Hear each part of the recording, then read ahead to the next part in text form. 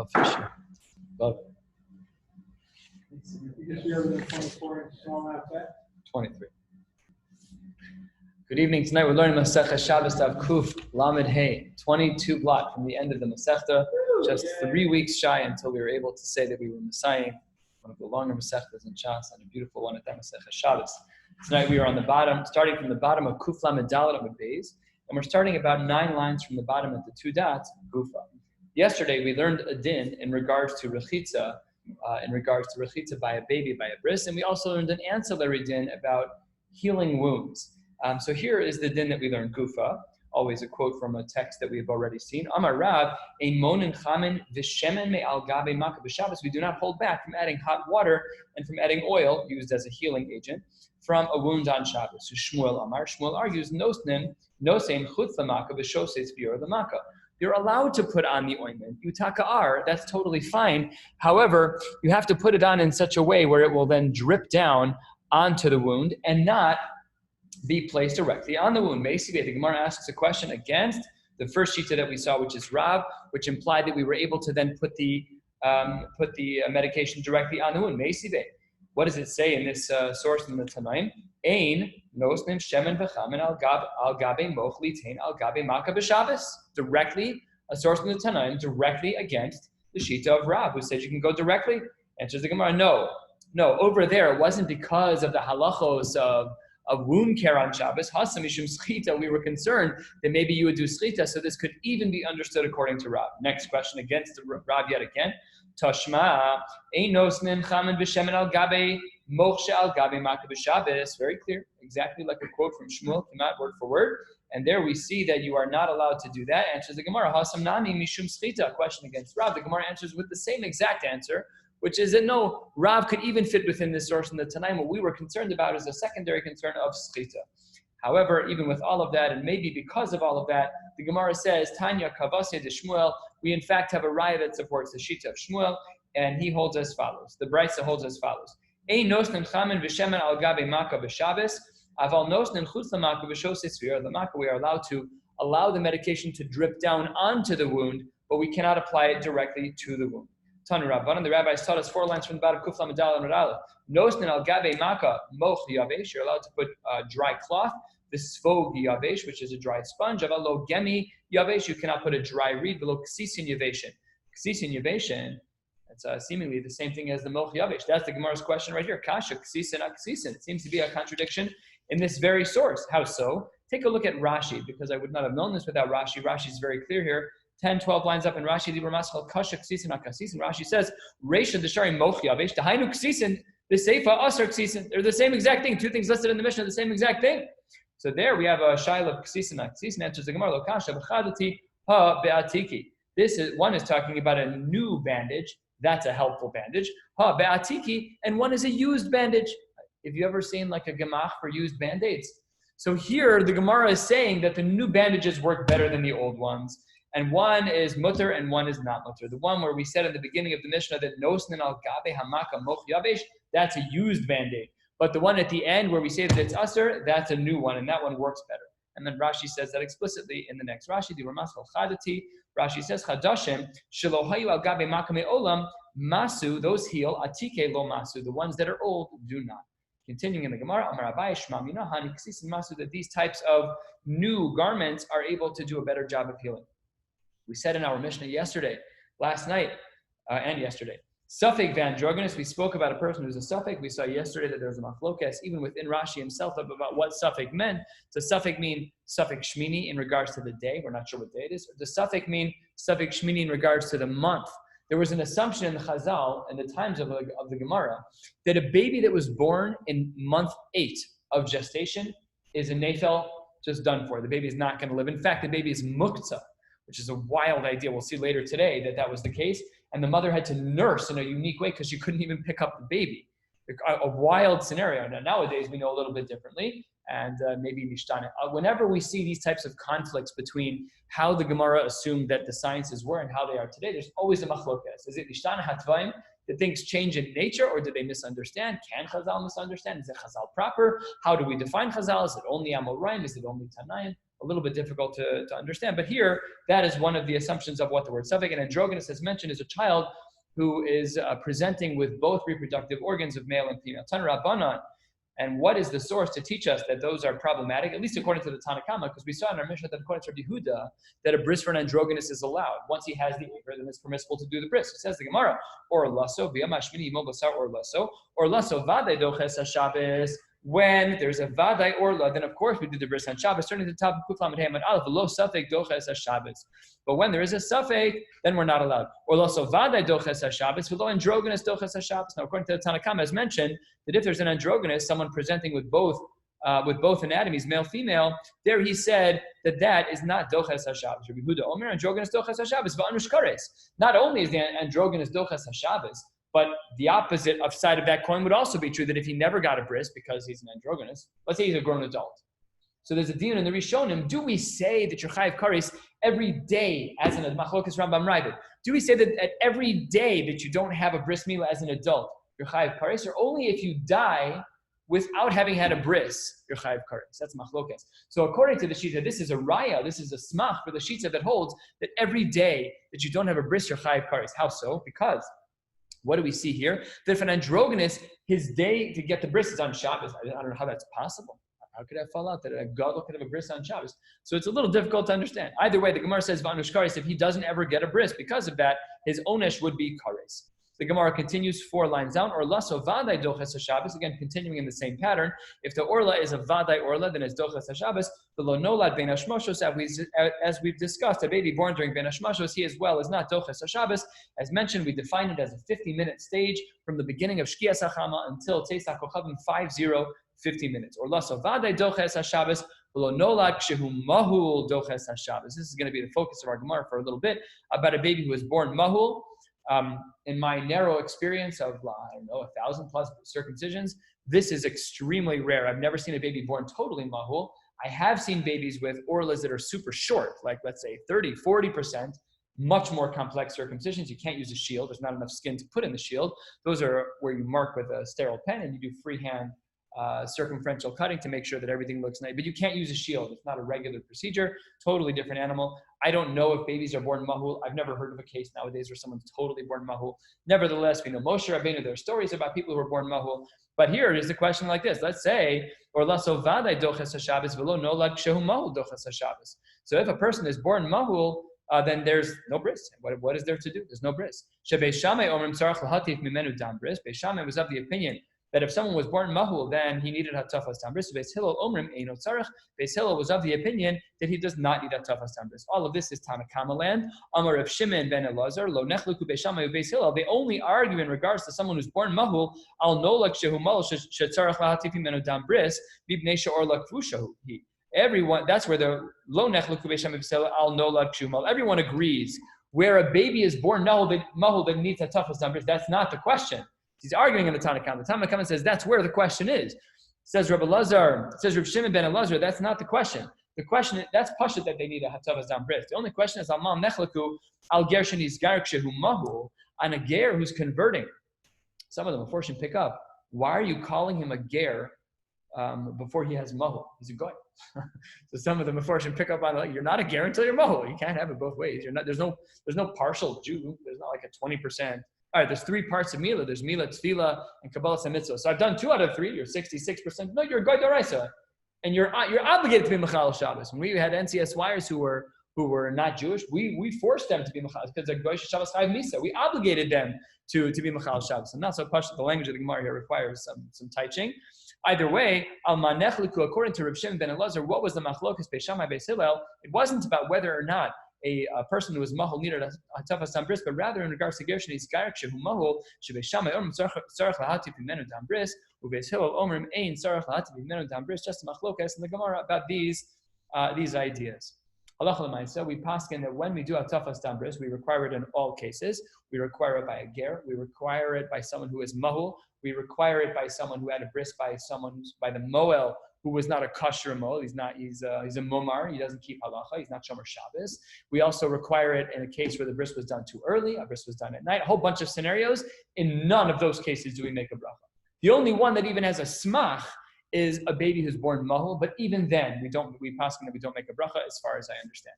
Omar, 1/3 of the way down, Kuf Lamed Hey Amud Aleph, let's continue.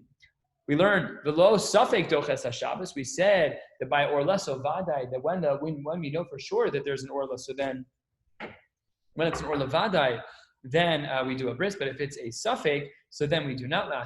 What cases can be included here?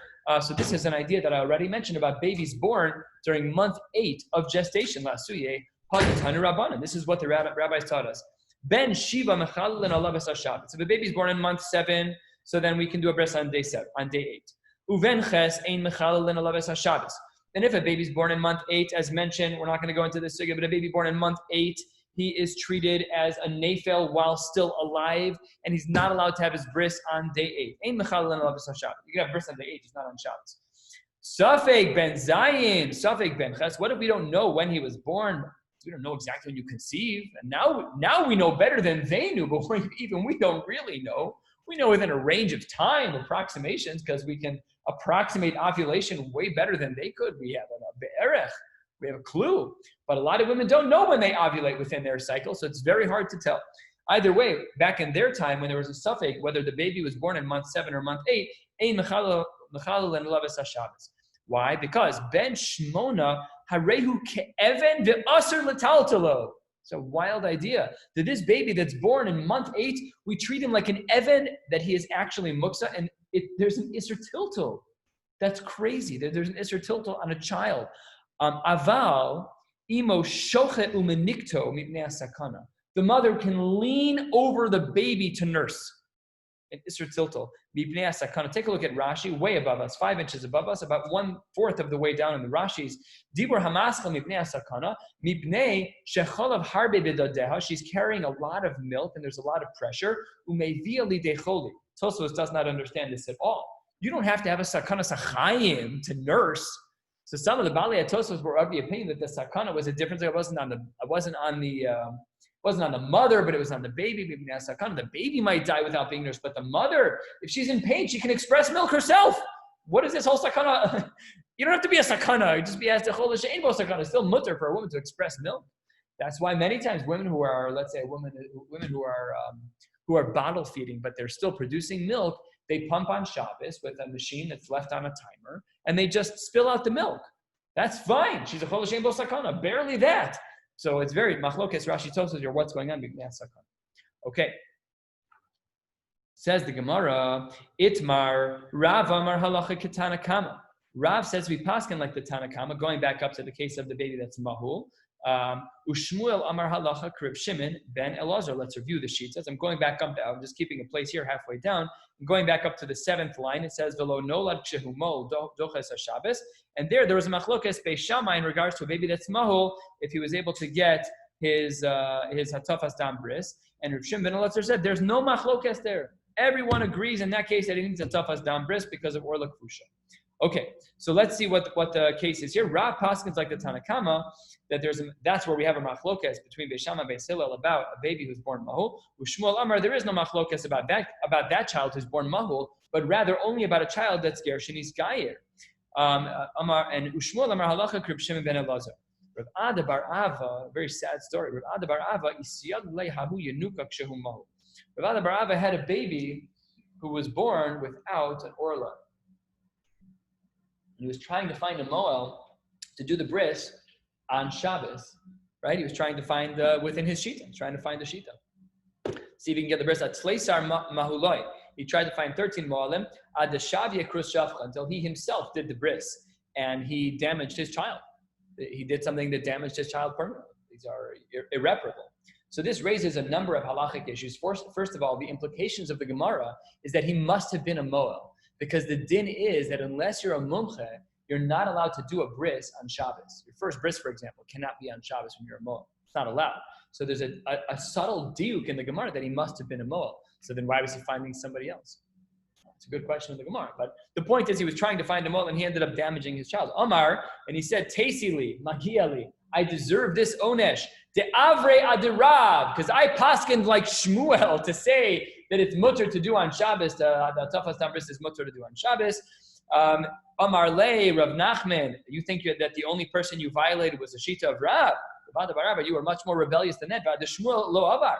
You also violated his shita because maybe Amar de Amar Shmuel dechol. Maybe even when Shmuel said that there's no machlokas beis Shammai beis Hillel in regards to whether or not a baby that's mahul needs a tafas dam bris, maybe that was on a Tuesday, a Wednesday, a Thursday. But he may not have been masking that it was on a Shabbos. So Shmuel, the Shmuel lo avar, maybe it should have been b'Shabbos mi Amar. Says the Gemara, who savar? No, he was of the opinion, Ravada bar Ava, within Shmuel was of the opinion that it was vadai orla kvusha.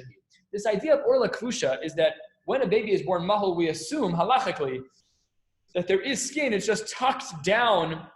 If this were to be the aver and the top section of the Eretz Torah, the skin right by the circumcision line, what would have been it's all packed in there. It's not laying out correctly. By the way, that sometimes happens where the children have skin. If the skin is retractable, that's rare too. But if the skin can retract, sometimes it actually gets stuck in the retracted position, and it can be very difficult to put it back in the upper position, covering the Torah, to then do a bris properly. When I was training, I saw the person who trained me at times. When the orla was super tight, it would be restricting around the anatomy, very hard to then pull over the atar again. Can be sometimes very difficult. I've had similar experiences as well. Sometimes that skin can get stuck. This is that it's vada or lakusha, and then in such a case, and for sure you need to do a tafastam bris on Shabbos because it's vada or lakusha. Amar Rav Yosef. Rav Yosef said that this hold on. Hahu savar vada or lakusha. He the itmar Rabba Amar Chayshinan Shema or lakushi. Rabba was of the opinion that maybe there's or lakusha. I'm not 100% sure.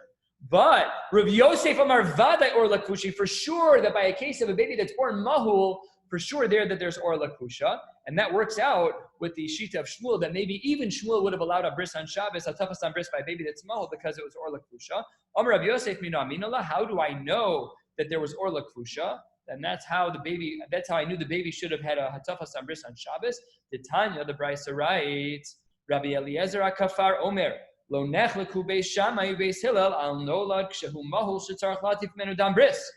This was like the shita we saw above, that there is no machlokes here. This is like Reb Shimon ben Elazar above. They seem to say the same thing. Al ma nechleku. Where do they argue? Lechalel alav es haShabbos. Whether or not there's a machloket, whether or not there is the ability to do a tafas dam bris on a baby that's mahul on Shabbos. Beis Shammai omer mechal on Shabbos. Beis Hillel omer mechal on Shabbos. That's the shita of Rabbi Eliezer HaKafar. Now, what's not quoted here is the previous opinion, which is the Tanna Kama. We don't see it here at all. And the Meforshim are a little bothered by that. Rashi references that here as well. And it says the Gemara as follows, if that's the shita of Rabbi Eliezer HaKafar, that there's no machlokes by a baby that's mahul that he needs a tafas dam bris, and the only machlokes is whether or not you can do that tafas dam bris on Shabbos, lav mechlal. Doesn't that imply to Tanna Kama savar mechalin alavis haShabbos? Doesn't it imply that he definitely would be of the opinion that you are allowed to do a tafas dam bris on Shabbos? Says the Gemara, the Dilma, there's actually, Rashi adds in a word here, umi mai. How do you know that? The Dilma, Tanna Kama, maybe the Tanna Kama holds divrei hakol ein mechalalim ka'amar. Maybe he holds really, everyone agrees that you're not mechalalin. So he said, no, but that doesn't work because in Cain, if the Tanna Kama holds that everyone holds ein mechalalin, then Rabbi Eliezer HaKafar, time of the Beis Shammai asa la shmuina. Then, if the Tanna Kama holds ein mechalalin, then Rabbi Eliezer HaKafar can only be contrasting him with mechalalin. That's the sheet of Beis Shammai. There's no way that Rabbi Eliezer HaKafar would have come in to strengthen the sheet of Beis Shammai, who we don't paskin like. There's no way that would have happened.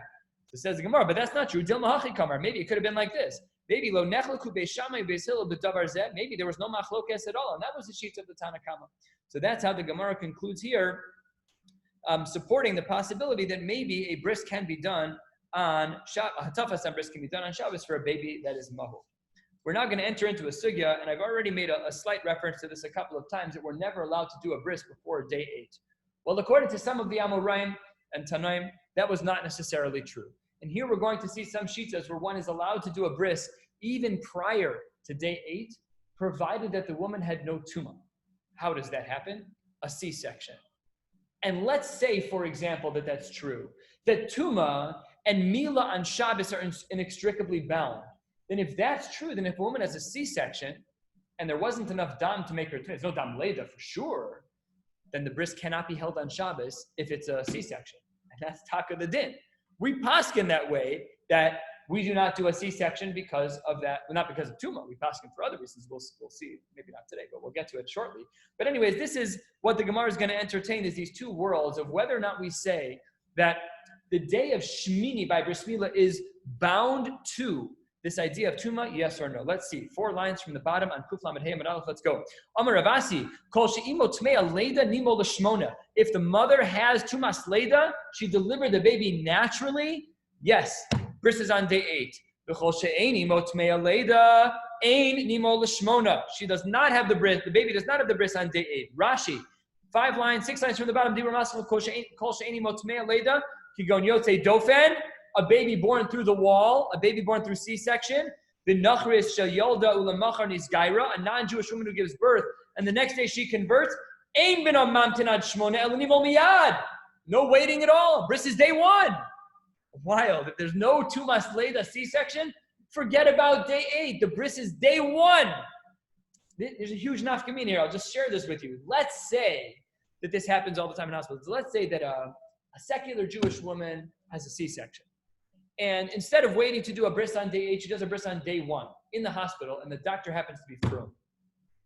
A tafas on bris, yes or no? So according to this shita, the bris is perfectly kosher, and the mole should be making a bracha. It's a mitzvah d'oraisa. It's just that the day changes because it's inextricably bound to tuma, and because she doesn't have tumas leida, bris is not on day 8, it's on day 1. That is the shita of, as the Gemara highlights here, Ravasi, an early Amora. Shina Emar, what's the pasuk that supports that? Isha kisazriya v'yolda zachar v'tame'ah, then uvayom hashmini v'yimol b'sar laso. It's mamish pshat in the pasuk. It's very glot. It's a very simple understanding. That's almost how it seems it should be. Like Ravasi says the Gemara, Amar le'abaye, no, doros harishonim yochichu. Go look back at the earlier generations before the Torah was given, when there was no tumah. Rashi, Dibur Maskal Doros Harishonim, 3 lines from the bottom. Me Avram ad Matan Torah shenasna mila lo nagu tuma. There's no tuma. There's no leida, C-section, regular delivery. It was always on day 8. So maybe Ravasi's wrong. Says the Gemara, Omar le Ravasi gives a punch to the gut, a strong line in the Gemara that teaches us so much about how things shifted by Kabbalah Satorah. Omar le Ravasi says to Abaye, no, nasna Torah. You cannot bring me a raya from before Matan Torah, because before Matan Torah things were different. Now that we have Kabbalah Satorah, maybe we now follow a new set of laws. Let's go back to that pasuk that we just read. When there's Tuma, then there's Shmini. When there's no Tuma, then day 1. And the frum doctor who did the bris, the Obi-Gaini, whoever did the bris on day 1, by the woman who had a C-section, bracha b'shem u'malchus, the bris is totally kosher.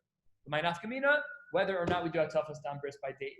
Huge nafkaminas. This happens all the time. Let's say that 10% of babies are born via C-section. And let's say that, I don't know, a percentage of doctors are from, that's like the prototype. We have this idea that some Jews are doctors. There's a doctor that I rely on all the time in hospitals. When they won't let me scrub in bedside, I refer to a doctor.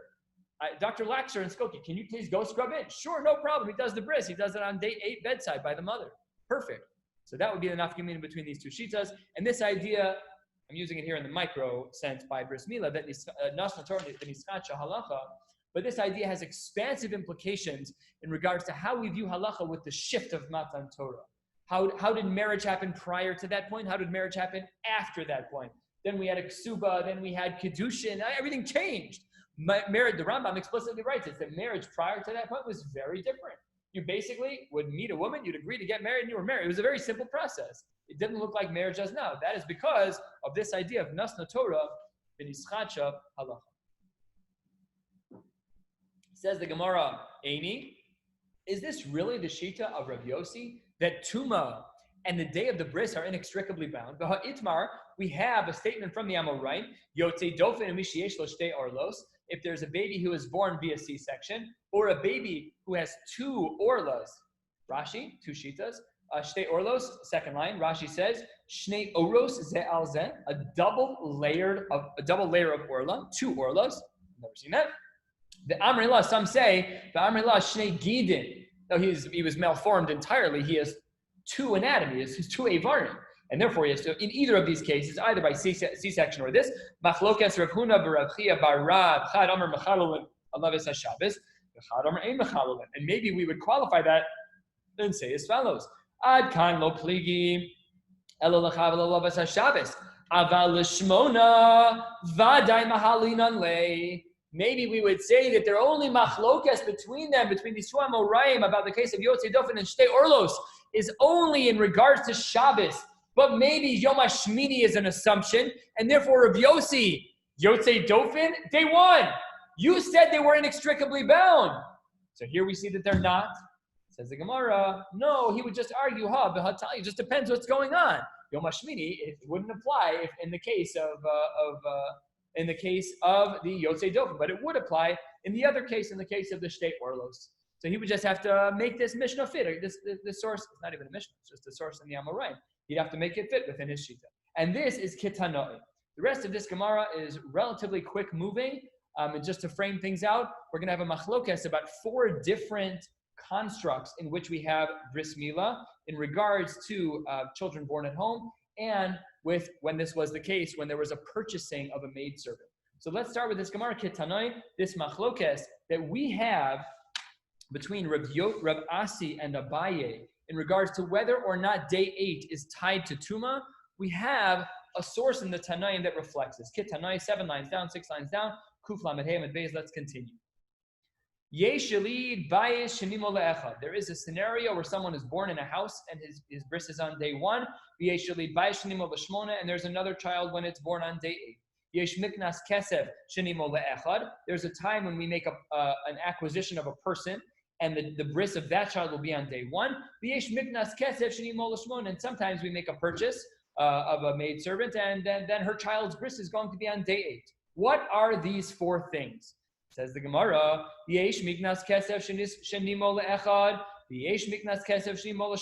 what about these 2 cases of miknas kesef? Let's deal with that first. Says the Gemara, Ketzad, quarter of the way down. Lakaf shivcha meuberes. If a person purchases a maidservant and she's pregnant, the achar kach yalda, and after the acquisition she gives birth, zeu miknas kesef animo l'shmona. In that case, the bris is on day 8. But lakach shivcha vivlada ima. If he buys a maidservant and the baby is already born day 1, zohi miknas kesef shenimo le'echad. In that case, the baby gets a bris on day 1. There is a case where a baby's born within a home and the bris is on day 8 ketzad. Lakach shivcha vinis abra. She conceives. She wasn't pregnant when she got there. She conceives once she's already working for him, either from another eved or from, I guess, potentially him. I'm not exactly sure of that order, but let's assume from another eved. So then under those circumstances, zeu yelid bayis hanimo l'shmona. Now what we're missing here is one of the shitas. We don't have the sheet of the one who's born at home, where there's a bris on day 1. We'll get to that later. It says the Gemara, Rabbi Chama Omer, Yalda ve'achar kach hitvila. If a woman gave birth, Yalda ve'achar kach hitvila, and then she went to the mikvah, in that case, Zeu yilid bayis shenimo le'echad, that baby gets a bris on day 1. Hitvila ve'achar kach Yalda. If she goes to the mikvah first and then she gives birth, then Zehu yilid bayis hanimo l'shmona. We're missing something from the Tanakama. But Tanakama lo shani le. The Tanakama doesn't list this distinction about mikvah. The afal gav the eini motmeya leda nimo l'shmona. The afal gav. So read this carefully. Even though the ein imotmeya, that the mother is not tamei leda nimo l'shmona. So we see here a separation between the tuma. Going back to our machlokas Rav Asi Abaye, we see here in the Tanakama a split between tuma and day 8. The day 8 happens even when there's no tuma. So it says the Gemara. Bishlam Rabbi Chama, I understand the sheet of Rabbi Chama. Mishkachasla, I have all 4 categories all checked off. Mishkachasla, I have Yulid Bayis Nimo Le'echad, Yulid Bayis Nimo L'Shmone, babies born at home with a bris either on day 1, day 8. I also have Miknas Kesef Nimo Le'echad, Miknas Kesef Nimo L'Shmone. I also have those 2 by the purchasing of a maidservant, where the bris will either be on day 1 or on day 8.